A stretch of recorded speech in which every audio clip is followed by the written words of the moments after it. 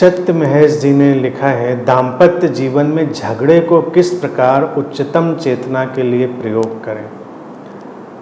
महेश जी ने बड़ा रोचक और महत्वपूर्ण प्रश्न पूछा है, दाम्पत्य जीवन में झगड़ा। अब यहाँ पर एक प्रश्न है कि झगड़ा होना चाहिए कि नहीं होना चाहिए। आदर्श रूप में तो नहीं होना चाहिए, लेकिन क्या नहीं होता है ये आदर्श रूप है नहीं।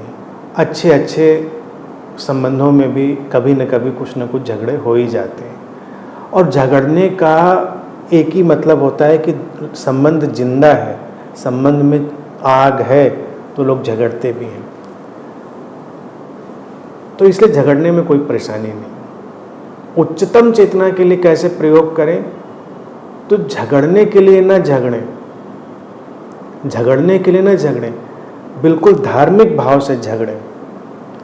मैंने इसका एक बार सुझाव भी दिया था, और अक्सर लोगों को सुझाव देता हूँ। लोगों को शुरू में सुन के लगता है जोक जैसा, ऐसा कैसे होगा, लेकिन प्रयोग करके देखें तो उच्चतम चेतना की ओर जाने का रास्ता खुल जाएगा। पहले तो झगड़े को बुरा मानना बंद करें, एक तो ये चीज़ है।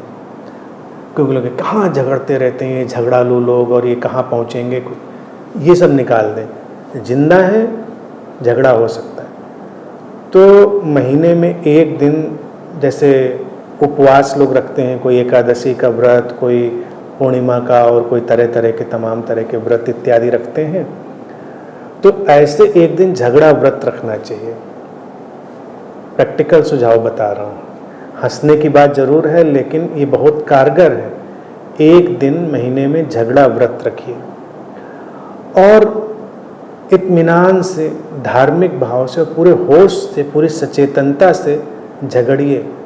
नोट्स बना के झगड़िए। पहले से तैयारी, 2 दिन से तैयारी करिए, अपने अपने नोट्स बनाइए, नोट्स बना के रखिए, और फिर चाय कॉफ़ी जो भी लेके बैठते हैं खा पी के बैठिए, और बिल्कुल जैसे ध्यान के सत्र में बैठते हैं मेडिटेटिवली, वैसे ही झगड़े को शुरू करिए। देखिए कितना झगड़ सकते हैं। अपने अपने पॉइंट, अपने अपने तर्क रखिए, अपने अपने सारी चीज़ें, और ये मान के चलिए कि हमारा 1 महीने का ये झगड़ा व्रत है, ये रोज़ रोज़ नहीं चलना, ये आज है।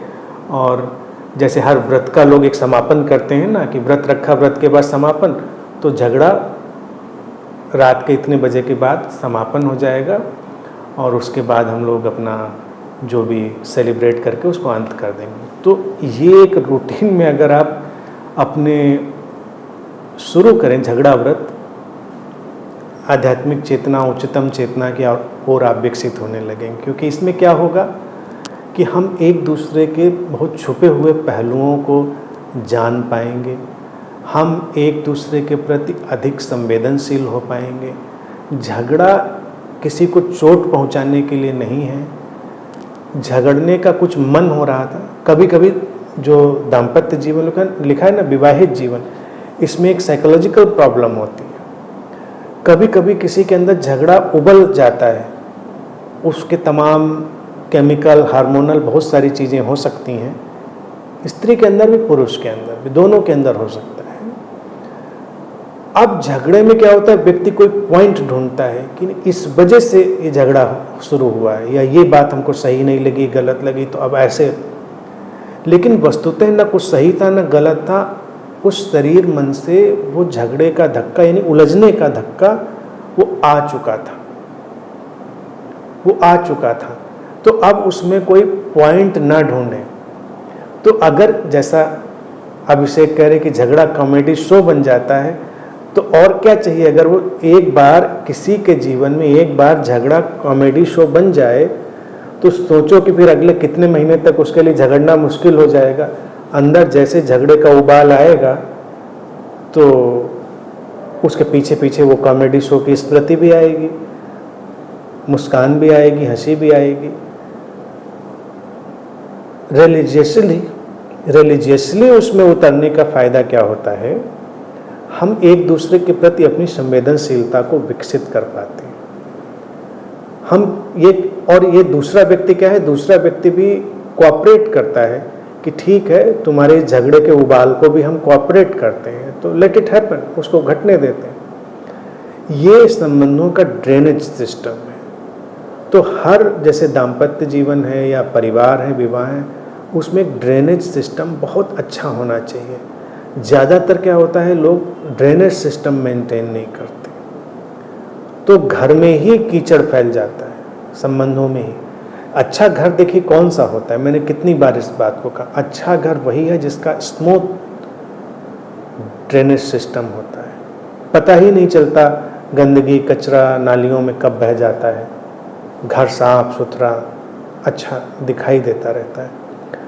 तो जो संबंध अवॉइड करते हैं इन चीज़ों को, उसमें क्या होता है कि फिर ड्रेनेज सिस्टम तो है नहीं, तो वो चारों तरफ फैल जाएगा। वो जो कचरा है, वो गंदगी है, वो चारों तरफ फैलेगी। अच्छा ड्रेनेज सिस्टम होगा तो कब वो फ्लश आउट हो गया तुमको पता ही नहीं चलेगा। तो ये रिलीजियसली फाइट करना, झगड़ा करना, उस ड्रेनेज सिस्टम को मेंटेन करना, और ये उस दूसरे व्यक्ति का सम्मान करना है। अगर उसके अंदर झगड़ा आ गया है तो आपने उसका सम्मान किया। अब जैसे आप साथ में तो आ गए विवाह में, दाम्पत्य में, आप देखिए एक दूसरे के प्रति सम्मान और निष्ठा का क्या मतलब है। जब उसके अंदर से प्रेम उमड़ा दूसरे व्यक्ति के अंदर से, तो आपने उसको हाथों हाथ लिया, स्वागत किया उसका। उसके अंदर से प्रेम उमड़ा तो हमने उसको बहुत स्वागत से लिया। लेकिन जब उसके अंदर से झगड़ा उबला तब हम भागने की कोशिश की, तो ये दूसरे का असम्मान है। तो बिल्कुल मेडिटेटिवली बैठिए, शांत स्थिर चित्त होकर अपने अंदर की स्टिलनेस में डूबकर, और दूसरे को मौका दीजिए उबाल को निकाल लेने का। जब निकल जाए, ख़त्म हो जाए कि ठीक हो गया, अब ख़त्म, तो अब सेलिब्रेट करिए। जो भी सेलिब्रेट के आपके मायने होते हों, आपसी संबंधों के अपने अपने इंडिविजुअल वैयक्तिक सबके अपने पैटर्न हो सकते हैं। ये दूसरे के प्रति निष्ठा और सम्मान है कि आप उसके झगड़े को भी रास्ता देते हैं, ड्रेनेज सिस्टम को क्लियर करते हैं। खास तौर से देखा जाए स्त्रियों के अंदर कभी कभी उनके जो बॉडी माइंड के मैकेनिज्म हैं उसमें से ऐसी वृत्तियां उठती हैं। गलत सही कुछ भी नहीं है, आज का विज्ञान मनोविज्ञान उसको अच्छे से जानता है। उसमें झगड़ने के बजाय सम्मान पूर्वक उसको जगह दीजिए, कर लीजिए, क्या कहना है कह लीजिए, चिल्ला लीजिए, कूद लीजिए, रो लीजिए, गा लीजिए, जो करना है। हाँ, बिल्कुल धार्मिक भाव से सम्मान पूर्वक बैठे रहिए, उसके बाद सब निकल जाएगा। और उसके बाद जो ताजगी आती है संबंधों में, वही तो उच्चतम चेतना की तरफ ले जाती है, रास्ते खोलते हैं। तो ये मेरा क्लियर कट सुझाव, और उम्र के किसी भी पड़ाव पर ये बात लागू होती है। ऐसा नहीं कि उम्र के किसी खास पड़ाव पर, जिनकी जो अभी अभी साथ में रहना शुरू किए उनके लिए भी, जिनको रहते हुए साथ में कई डिकेड्स हो गई हैं, कई दशक हो गए, उनके सबके लिए बात लागू होती है। तो कैलेंडर में एक चीज़ मार्क कर लें, झगड़ा व्रत, और उसको पूरे धार्मिक भाव से निभाएं।